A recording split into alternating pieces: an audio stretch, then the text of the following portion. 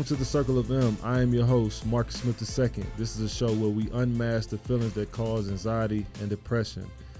All Points North has been so gracious to give us the sponsor for this show. We are now on the APN network, man, so make sure you go subscribe. Make sure you go to the network because we are going to have so many dope conversations. There are other dope conversations just like Therapy Unboxed that I did earlier.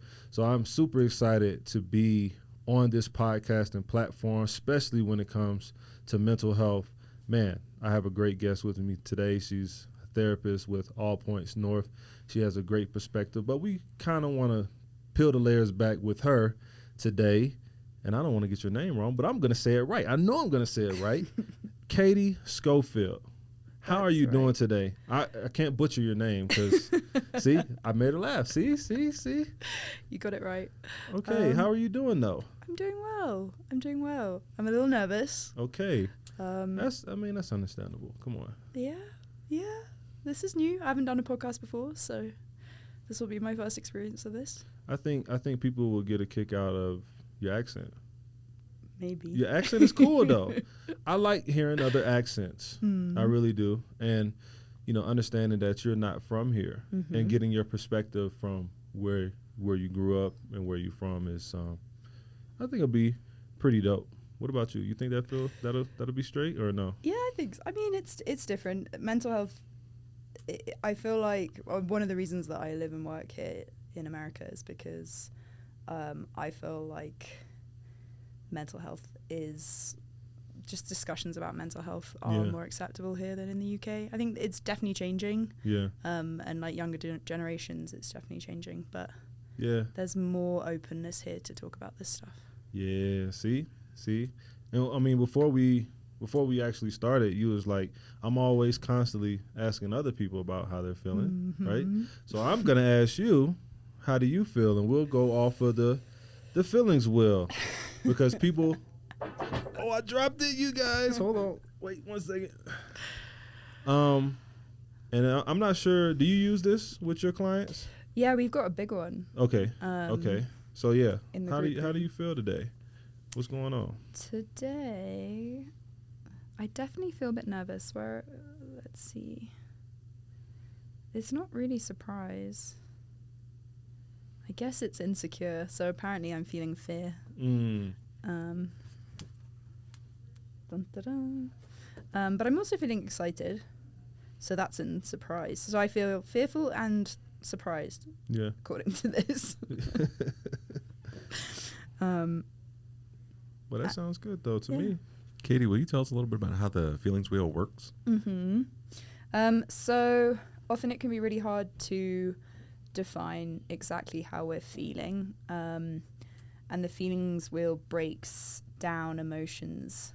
So for example, if you're feeling playful, if you're feeling hopeful, it depends on the feelings wheel you're looking at, but this one has more sort of broader emotions on the outside, and then as you get further in, they become a bit more specific until you get to like happiness or anger or fear. That's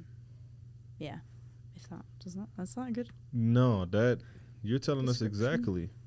That's good, though. Because, I mean, if you really think about it, I talk about this all the time. Emotional intelligence, I still have trouble with understanding what I am feeling. Like, what exactly am I feeling? And then, sometimes with Allison, something happens. It's like, oh, man, like, I don't know why that happened. And I come back later and I may kind of describe what I was feeling, but sometimes I don't know exactly the word that I'm feeling. So I always go back to that.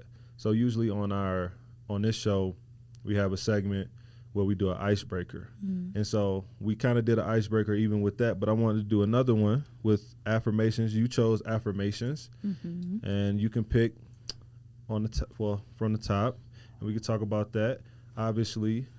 And what does it say? It says, I can / I think you can forgive. Oh, wow. Well, Keith actually brought this up. How do you forgive people for butchering your last name? I've just honestly, I've sort of accepted it by now.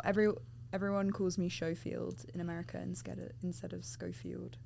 Yeah. Is that because of do you have an H in there? It's SCH, yeah. That's probably why. Mm-hmm.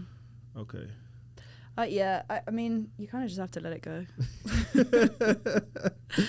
Because it'd be kind of hard to continue to correct Schofield. Mm-hmm. Hey. Did it bother you more when you were younger?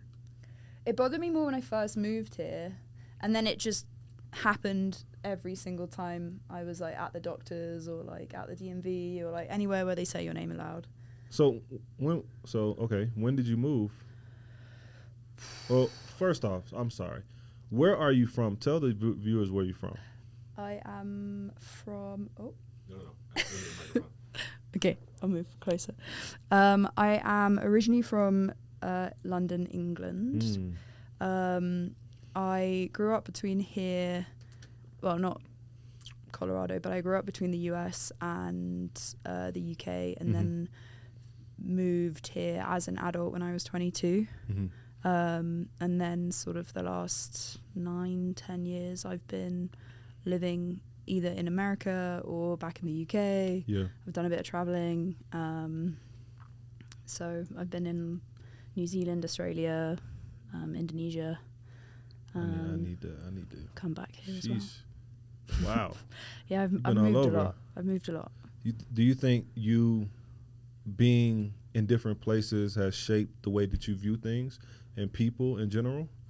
Yeah, definitely. I really like travel. I really like going new places. I really like getting to know people who are different from me, have different life experiences.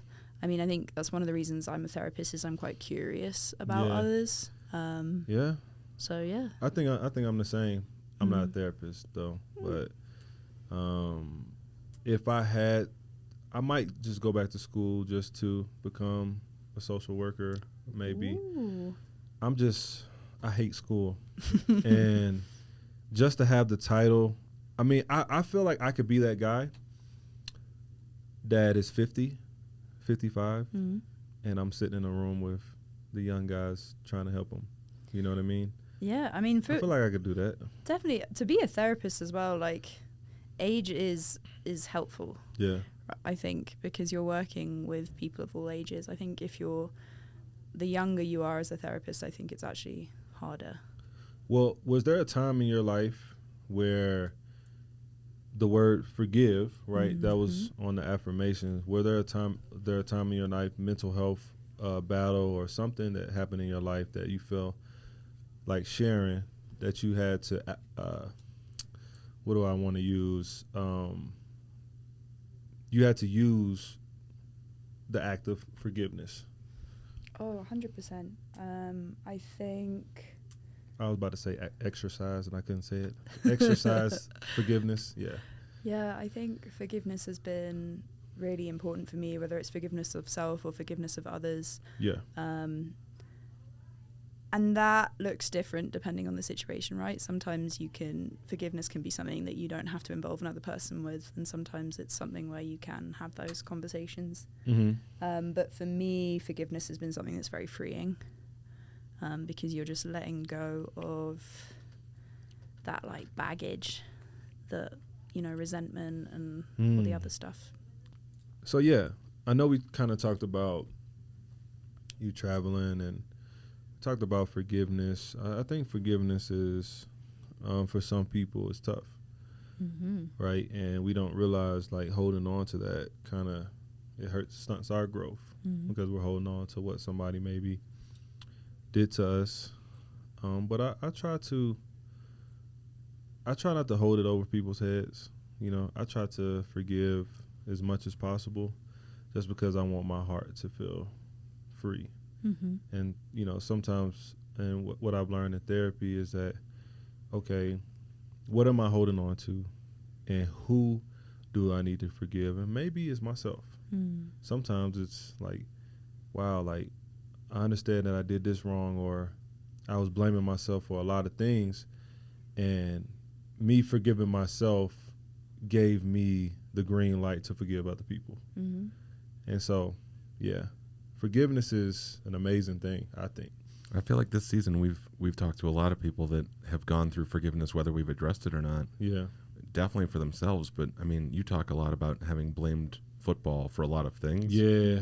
Did you ever have to forgive football? Yeah. Once I realized too that it really wasn't about the sport, it was more so about me. I believe it took, when I went in the therapy room the first time, it was like, it took about 6 to 7, attempts going in the therapy room. I would still blame it every day. Football is the reason why I'm like this. Football was the reason why I'm like this. And then it came up about something in my childhood. Mm-hmm. And I'm like, oh, I was like this before. I had issues before, right? I'm thinking that football is the reason why I have these issues. Because I dealt with some stuff in college too, right? Not so much when I was younger. Obviously, our sport is a Band-Aid, right? And you talk to a lot of us, so you probably understand. I know you understand. I feel like we should address Katie's specialized focus here at APN. Yeah. So do you want to talk a little bit about your specialized focus and what you do focus on and your experience? Sure. So the majority of my clients, and this fluctuates depending on, who's here, and the time of year is a big one. But the majority of the clients I work with are ex-NFL, like yourself. Woot woot. Ask me questions. I'll be better at answering questions. I'm not very good at just monologuing. Yeah, it's all good. I was going to ask you, can you talk about an experience that shaped your mental health perspective, whether that was with us, interacting with us, or just, before you even got here, what shaped your mental health perspective and really wanted you to take care of your mental health, but also be in the space? Oh, so many things. Yeah, I mean, I touched on it a tiny bit at the beginning, but just English culture in general, it's very normal to, you have your own version of it in America, right? But it's very normal to be like, oh, how are you today? I'm fine. Yeah. You Easy. might be fine. You might be going through hell, right? And there won't be a change in how you talk with other people about how you're doing. And I think just growing up with that and everything that entails, and then you come over to America and people are a little bit more forthcoming. There's definitely still, issues here with stigma, and they'll hold certain things back. But I think that definitely played a role in why I think talking about what is going on with us is so important. Yeah. I've had my own experiences with mental health. Most of my experiences have other people's stories woven into them, so I won't go in too deeply. But I've been through my own stuff. I've been through my own trauma, and I think just all of those experiences together have really just brought it home to me that it's really important. When you talk about traumas, right? Obviously, we don't have to go too deep, you know what I mean? But when you talk about traumas, were there any strategies that hit home for you that help you with that? Just traumas in general that you actually like. Strategies for working through stress reactions? Yeah. Like tools that you feel like, maybe the viewers could take away, something that you try or something that is helpful just in the whole scheme of things with your clients, you know what I mean? Not to go into deep detail, you know how it is. For instance, we know that for Marcus, the trauma egg has been a foundational process. Yeah, that trauma egg is something serious, man, for sure. Oh, so many things. Oh, sorry, I moved away. So many things. I think for me, just generally having insight into how you're doing and awareness of how you're doing. So, making sure that you're paying attention to your sleep and you're eating well and you're moving your body in ways that feel good for you. Community, relationships, that kind of stuff is like the baseline. Yeah. And then things on top of that. So things that bring you joy, things that bring you fulfillment, things that bring you creativity, things that bring you calm. That's very broad. Yeah. I can be more specific. I'd love to know some things that bring you calm. Yeah. Bring me calm. Yeah. I mean, I'm a yoga teacher. Ooh, okay. So yoga is big for me. Yeah. I like being outside. That's like one of the reasons I really like Colorado is you can Nature. spend time outside. Yeah. I mean, I feel like, that kind of goes into like the next question when you talk about like managing stress, healthy balance in life. You know what I mean? You spoke on it a little bit before the pod. Like you said, you like working out. So like, how do you manage stress and, healthy balance with your life schedule and talking to people, like you have to, their energy is all over you. Like, how do you kind of decompress? Oh, yeah. I feel like that's an ongoing question for me. I think the key in that question is balance and what that actually means. Yeah. And accepting that there's going to be weeks where I'm not very good at self-care, and there's going to be weeks where I don't sleep enough and maybe I don't eat the way I feel good eating or exercise as much as I need, and not being really critical of that and being like, okay, maybe one of the reasons I didn't feel good last week is because I wasn't on top of these things. I was focusing here and just making sure that it goes up and down instead of just... Yeah. You know what's crazy? I don't think we have anybody kind of talk about grace and like giving yourself that grace to the point where, you don't have to be perfect. And I think you spoke on that just a little bit, like, wow, in this moment, I want to be consistent. I want to figure out ways to make sure I'm taking care of self, right? But it doesn't have to be perfect. There's like, what is perfect? Right. If your goal is for your like work-life balance or whatever it is to be perfect, you are always going to be failing. That's me. Because that'd be, like you start a process and then you fail. It's like you give yourself so much shit because of that. You know what I mean? Like it's so tough. It's so tough to be consistent, but sometimes in that consistency there are little bumps, little trials, and you just have to take it under the chin and say, hey, I'm gonna get better the next day, and I'll get it done. So yeah. Well, it's also like getting it wrong is important because that's when that shows that we have stuff to work on. We're always finding things we can be working on and doing better at. But if it comes from this place of like a lot of self-criticism, for me anyway, that's not gonna it's not gonna help me to have a better week next week. Right. That's gonna sort of start to send me in a downward spiral. Yeah. So we also do a segment on the show about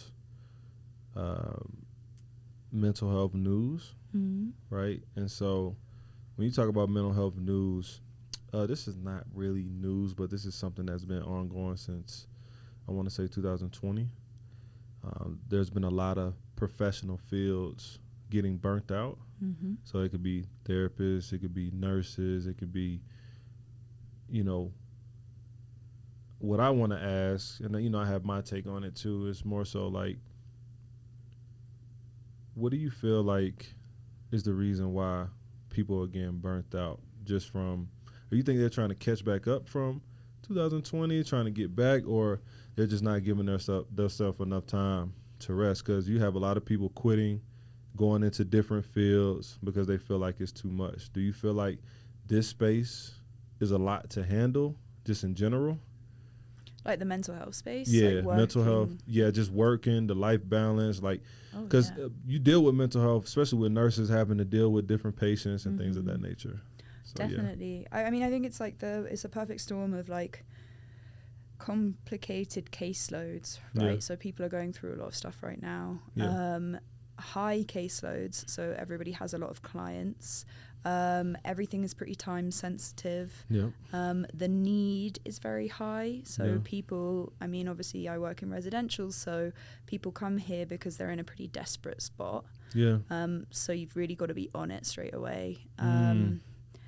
And yeah, we work long hours. Like it's hard. It's hard work, and Yeah. the work is emotionally draining. Yeah, it's all of those things. Do you have to, when it comes to how many people you see a day, is there like a certain number that you try to have in your head where you see, or it's just on your schedule to see them?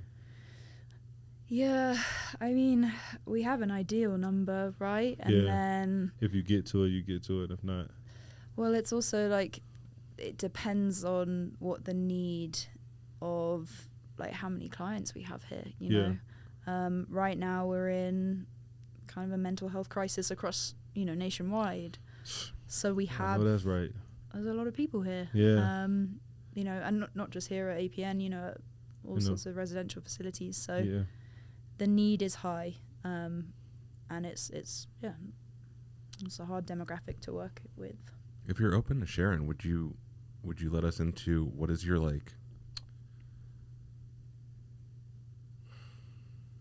come down process, He said, "Come down." yeah, you know what I mean, like Come down. Like at the end of my day, like my winding down. Yeah, what's your winding down process? And it could be between sessions, or it could be at the end of the day. Yeah. Between sessions, if I have the time not to be back to back, I will try and take a break. Even if that's just like 5 minutes walking up and down the hall, like poking my head in and saying hi to a coworker, that kind of thing. Mm-hmm. At the end of the day, a shower is really important. When I get home, sure. have a shower, that's like the first thing I do. And as I'm having a shower, like visualize like my day washing away. Yeah. That's pretty important for me. Because, all right, you touched on it. We hear a lot of heavy stuff each day, and we've all got our own stuff as well. So we have to be able to sort of check our own stuff while we're present with others. So yeah, having a shower can really help with that. And then like time with loved ones. Yeah. But also, if I don't have the energy to spend time with people that I love, I will like deliberately take time on my own.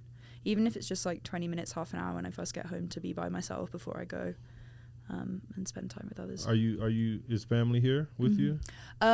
No. How is that? Like being away from family? Because you're pretty far. How was that? I mean, I have family in America. Okay. Not in this state. I am used to it. Okay. But it's definitely hard. It was really hard during the pandemic. For obvious reasons, like same, it was hard for everyone. But I mean, I have friends. I have close friends. I'm pretty good at keeping up my relationships because that's like very important to me. Yeah. But yeah, I mean, it's hard. I miss them. I mean, when I left home, I was 8 hours away. I was homesick. But eventually, you kind of get your wind and it becomes a reality. And then you kind of figure, okay, I'm on my own now. I'm a man, I gotta figure it out. You know what I'm saying? At some point, but I don't think I left home 2010. Haven't been back since. Well, I went back to visit, but I don't live back at home. So yeah. I don't know. I think you always I'm in an interesting position, right? Because when I go home, it doesn't feel like home anymore. There's like bits of it that feel like home. And then when I come back here, it feels like home, but it's also not home. So it's kind of an interesting place to be in. I mean, you traveled a lot with football. I'm sure you kind of have an idea of, you start to, nowhere quite feels like home anymore. You feel sort of like you're well, I feel like I'm kind of spread all over. Yeah, that's exactly how it feels. Like you have, because you don't know what team you're going to be on, especially you get traded, whatever it may be. Then you think you're going to be on a team for 3 years, and then you may be on the team for 2 years. And the first time where I felt home was when me and my wife, we built a home 2017, and we was like, yep, this is going to be our home when I'm not playing, right? And so that's when it started to feel like, and then now when I'm retired, I live in Maryland. So anytime, I still fly all over the place, but like I told you, like tomorrow I changed my flight. My flight was supposed to be at 5 o'clock in the evening tomorrow. My flight is at 6:50 in the morning. I want to get back to my family. I want to get back to my kids, Yeah, he wants to get back to Allison. Allison needs him home. Yeah, for sure. Yeah. The wifey, she need me. So what do you think is the most important thing people should know about mental health? And this is my last question. This is all I got. I think the most important thing that people should know about mental health is that it's like very human to struggle with your mental health. We know that 1 in 5 people each year struggle with mental health related issues, right? It's a normal part of being human. I think that's the most important thing. And talking about it, getting help. Normally from the onset of when someone starts struggling with mental health, there's 11 years, not normally, but like the statistics suggest that from the onset of when people start struggling with mental health, it takes them 11 years before they seek help. And that to me is just like such a heartbreaking statistic, because it doesn't need to be 11 years. That's a really big chunk of your life. Yeah. And there's so many different organizations out there that can help you to feel better. Talk about it. Talk to your friends. Because you're a therapist, right? Your family knows you're a therapist. Do they pull on you a little bit, ask questions? Do you help them? You know what I'm saying? And okay, you answered that, and I got another question for you. They would probably tell you that I give them unsolicited help. Yeah. And one of the reasons I'm a therapist is because of my family. So yeah. So it's a bit of a double-edged sword. But yeah, no, I definitely have friends who will reach out, or people in my life who reach out when they're going through something hard, in a way that I know they wouldn't reach out to other people, just because I have that understanding and like ease with talking about mental health struggles in a way that others don't. Do your parents or your family, do they take mental health serious, like before you were a therapist or before what mental health was now? I say this to all my clients, and I mean this with love, Mum and Dad, just in case you ever hear this. I don't think they will, but you never know. But I could never get my parents to go to therapy. That would not. It's just not something. You sound like my dad. Yeah. It's not because they don't respect it. They definitely like respect it and they respect what I'm doing. I just think for their generation, that's just not something that they would ever do, is go and talk to somebody about private problems or what they're thinking in their head. Yeah. I've got siblings who are much more open to it. That's good. So that is good. But yeah, my family's just like everybody else's family. We've all got our own stuff. But that's good to know though, right? Because it's not unheard of. Or when you think about, I'm not sure how old your parents are. My parents are still in their 50s. And the era that they grew up in is just, why are you going to a therapist? What are you doing? You're a little bit crazy if you're going to a therapist, right? You know what I mean? So it's good to hear that even, you're from London. And even therapist parents don't want to go to therapy. Yeah. Right. And you're from a whole other country, and they deal with you're a different skin tone to me. Deal with the same thing, and that's kind of what I want to bring to the circle of them as well. It's like, it doesn't matter. mental health has no name. It doesn't have a look.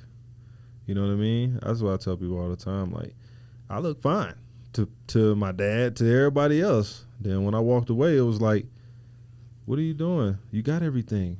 Man, you know how many people would love to be in your shoes? Would you? Really? I don't know if you would, because this is heavy. This is truly heavy. But yeah, you had something you want to say, Keith? What advice would you give to people in our age demographic who want Great question. to bring who want to try and convince their parents to try therapy, but like we're all doing this thing where we go, you guys should get therapy, and then they go, nah, I can't do that. So like, obviously it didn't work for your parents, and you're a therapist. It's not working for my parents, and I work here. So what do we do about this? I think, honestly, it comes back to what we started with, and forgiveness. Because ultimately, right, we're all on our own journey, and maybe they don't get there through therapy. Maybe they get there through talking with you. Maybe they get there through reading a book. Maybe they, talk to friends, or, there isn't a right or wrong way to do mental health. Therapy is a fantastic resource, and it's life-changing, right? Yeah. Obviously, I'm a huge supporter of therapy, and there are other ways to work on your mental health. And I think if you can just be the shining light and show them, this is working for me, it might work for you, and they may never get there, and then forgive them for that and give them the grace of they're dealing with their own stuff. They are their own person. I don't know what it is like to be them, and I'm not going to judge them for where they're at. I think That's what's up. I think that's for me anyway, that's what's been very helpful. Yeah, I think in similar ways it's been kind of helpful for me too, only because as I continue to do the work, as they see me on the pedestal, as they see how important it is, they'll continue to see, oh, maybe I can speak just a little bit or talk about it just a little bit. And me and my dad have had small conversations that I enjoy, because it's those small conversations that I'm like, wow, like that small step counts. It counts. For him saying, I think we was on the phone one time, and he was like, yeah, man, we don't talk about this stuff, man. I think, I feel like we should, he was like, we feel like we should talk about it a little bit more. He didn't say anything, but the fact that he's thinking about it is a huge step. So, yeah. I agree. Yeah, absolutely. He turned it. Okay, I got one last thing. Yeah. So I know you were nervous coming in to do this, and I learned about this week, and I want to ask you about it. What is the thing you're holding, and what purpose does it serve? I was about to ask that too. Does that help with anxiety? Yeah. Let's go. Oh, I'm going to forget the name, and that's going to be awful, but Claire gave it to me, who's one of the other therapists who work here. It's just like a tactile thing to hold. It has all these different corners, so you're always feeling like something lightly poking your hand. Yeah. Yeah. It's kind of like a nice way to, like, I get nervous, obviously, as we all do, but this sort of thing, having attention on me is not a place that I'm comfortable with. So having just something else to sort of do with my hands so that I'm not making You're noise. doing really good, though. You're doing really well. You killed it. Yeah. We appreciate you coming on. Yeah. Speaking as a person who also has camera stage fright, whatever you want to call it. Yeah. I'm a behind the camera guy, so no one's seeing my face. That's why I'm on. Well, if the you mic. don't know who's behind there, that is Keith Mountain Man Weiner. Don't say Wiener. Weiner. That's okay. If you say wiener, I forgive you. That's what. See, that's what this show is about. First and foremost, this show is light. We don't want it to be dark. We want it to be fun. We want it to be open, and it's about unmasking the feelings that cause anxiety and depression. And I felt like we did that today. I think we had a dope conversation. Please subscribe to the APN network. Obviously, the Circle of M will be on that network. And if you are struggling, please go to apn.com, because that is a place where you can get help. You can see all of the resources that are there and that are available for you. We appreciate your time. We appreciate this time in this world, because we love it, and we thank you. And hi, how are you doing? Oh yeah, let me say this too. when you ask somebody how they're doing, right? What I like to do, I learned this from a therapist, okay? Instead of saying, hey, how are you doing? Why not say, how are you feeling on a scale of 1 to 10? Mm-hmm. And maybe, just maybe, they'll rate they'll rate how they're feeling. And then you can get a gauge on how somebody is feeling. Maybe they'll tell you the truth. And I do that sometimes. Is there something that you would prefer? Oh, yeah. Or if they say, I'm feeling good, I'll say, how are you really feeling, though? Yeah.